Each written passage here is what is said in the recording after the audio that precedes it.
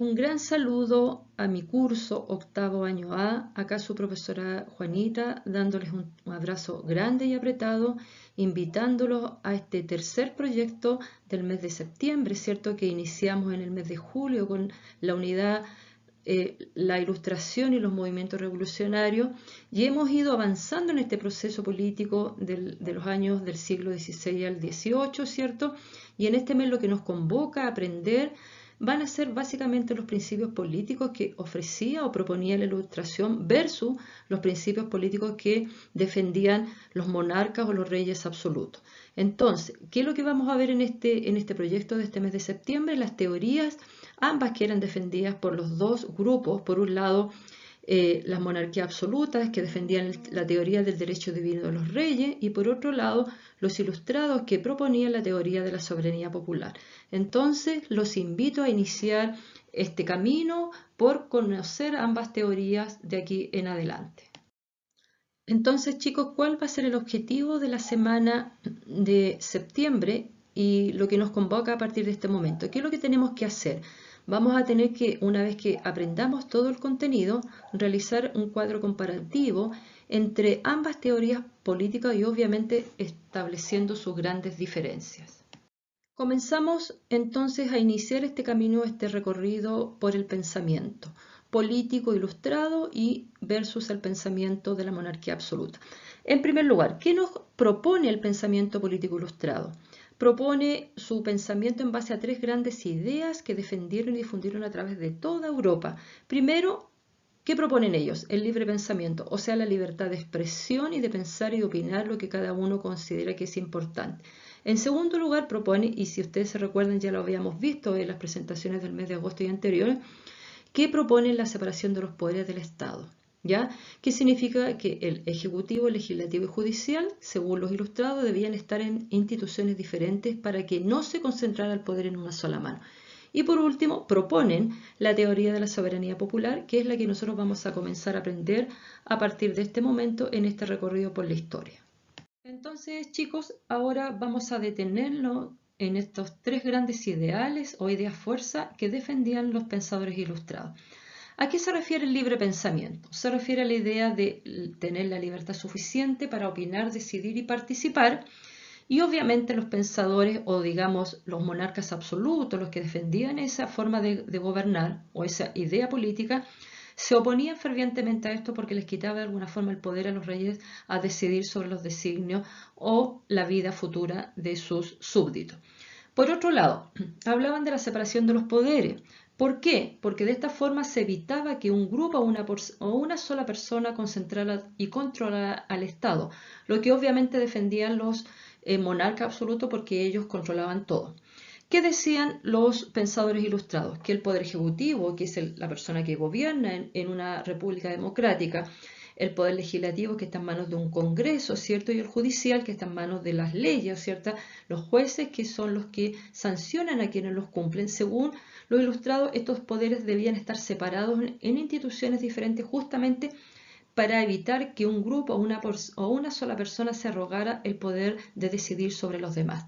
Y finalmente, ¿qué más proponen? Proponen la soberanía popular, que se explica de una forma muy fácil, es que el derecho que tiene el pueblo de decidir por quién gobierne a su país, o sea, las personas que están elegidas y tienen el poder están elegidas gracias al pueblo o al ciudadano que vota por él. Eso se llama soberanía popular, o sea, yo pueblo soy soberano porque yo soy el único y capaz de decidir quién gobierna en representación de mi persona. Acá vemos, chiquillos, entonces algunas imágenes que nos explican, ¿cierto?, a través de imágenes lo que era el libre pensamiento. El libre pensamiento a través de esta imagen se representa con esta frase basta de censura. Censurar es acallar esta parte de la boca y no permitir que tú opines.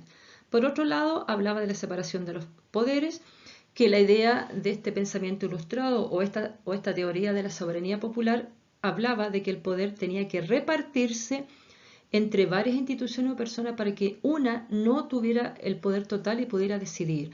Entonces teníamos poder, por un lado el poder legislativo, que está en manos del Parlamento, que en este caso nosotros lo conocemos como Congreso, quienes son los encargados de hacer, discutir, aprobar o rechazar leyes. El Poder Ejecutivo, que en este caso en una república democrática está en manos del presidente, ¿cierto? Y el Poder Judicial, que son los jueces, ¿cierto? Que son los encargados, como ya dijimos, de sancionar a quienes no cumplen. Los tres poderes están libres y soberanamente capaces de decidir y de opinar.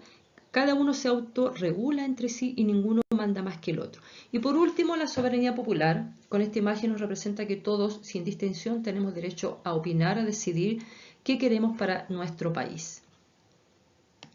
Ahora comenzaremos a ver la otra teoría llamada teoría del derecho divino de los reyes, que era defendido en forma rigurosa por las monarquías absolutas, o sea, por los gobiernos donde el rey gobernaba en forma totalitaria. ¿Por qué se llama absoluta? Porque viene de total. ¿Y qué es el absolutismo? Es una forma de gobierno, ¿cierto? Un régimen político donde el rey gobierna y el poder está concentrado en su sola mano, ¿cierto?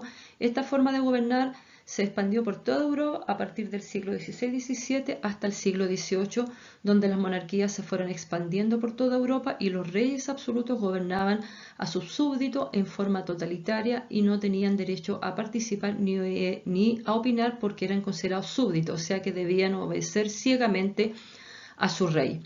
Primero, esta monarquía absoluta dice que el poder obviamente recae por completo en el rey, quien él concentra los tres poderes en sus manos, y esa es la gran diferencia con la teoría de la soberanía popular. ¿Qué es lo que hace el rey? Tiene el poder absoluto, dicta las leyes, aplica las leyes y vigila que se cumplan las leyes, y es el jefe del sistema de gobierno, es el que está arriba y está por sobre todos los demás. Allá en este tipo de forma de gobierno los súbditos no son ciudadanos, son súbditos y obedecen ciegamente a lo que el rey destina. ¿Ya? Esa es la gran diferencia que tiene con respecto a la teoría de la soberanía popular. También es importante hacer un parangón o una comparación entre ambas teorías contrapuestas, y es lo que estamos aprendiendo en esta diapositiva. Por un lado, vamos a aprender o vamos a tratar de entender en forma muy resumida lo que es la teoría del derecho divino de los reyes. Chiquillos, se llama teoría del derecho divino porque según los monarcas esta teoría o este pensamiento viene de Dios. ¿Qué piensan ellos o qué dicen ellos? Que Dios les otorgó el poder al rey, por eso es un derecho divino. Por lo tanto, quien quita o quien da es Dios y nadie más. ¿Ya?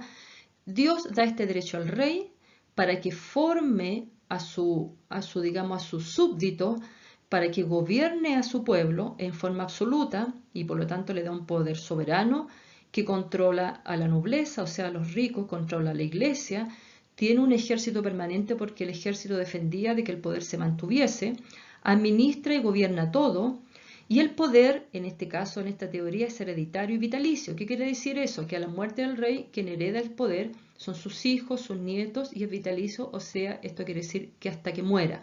Por lo tanto, el poder no terminaba nunca porque lo iban heredando todos sus familiares o todos los que vinieran después de él, por lo tanto, nunca el pueblo iba a tener derecho a participar. No olviden, teoría del derecho divino, porque según esta forma de pensar, el poder es entregado por Dios al rey, quien gobierna a su pueblo, y no hay discusión para ello. Y se le llama monarquía absoluta porque el rey concentra en forma absoluta todos los poderes en sus manos. Versus, por otro lado, tenemos la teoría de la soberanía popular, que ya dijimos que el pueblo es soberano, o sea, él tiene el derecho de gobernar. Pero como él no gobierna, él elige a las autoridades que gobiernan en representación de él.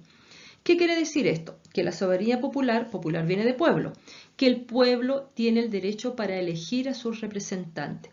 Segundo, que el pueblo delega su derecho que Dios le dio a un grupo o persona para que ejerzan el poder. Pero ojo, quien da ese derecho es el pueblo a la autoridad para que lo represente. Y por lo tanto, este pueblo también va a ser capaz de elegir a todas las autoridades que van a gobernar en los diferentes ámbitos en el país en el que se encuentran.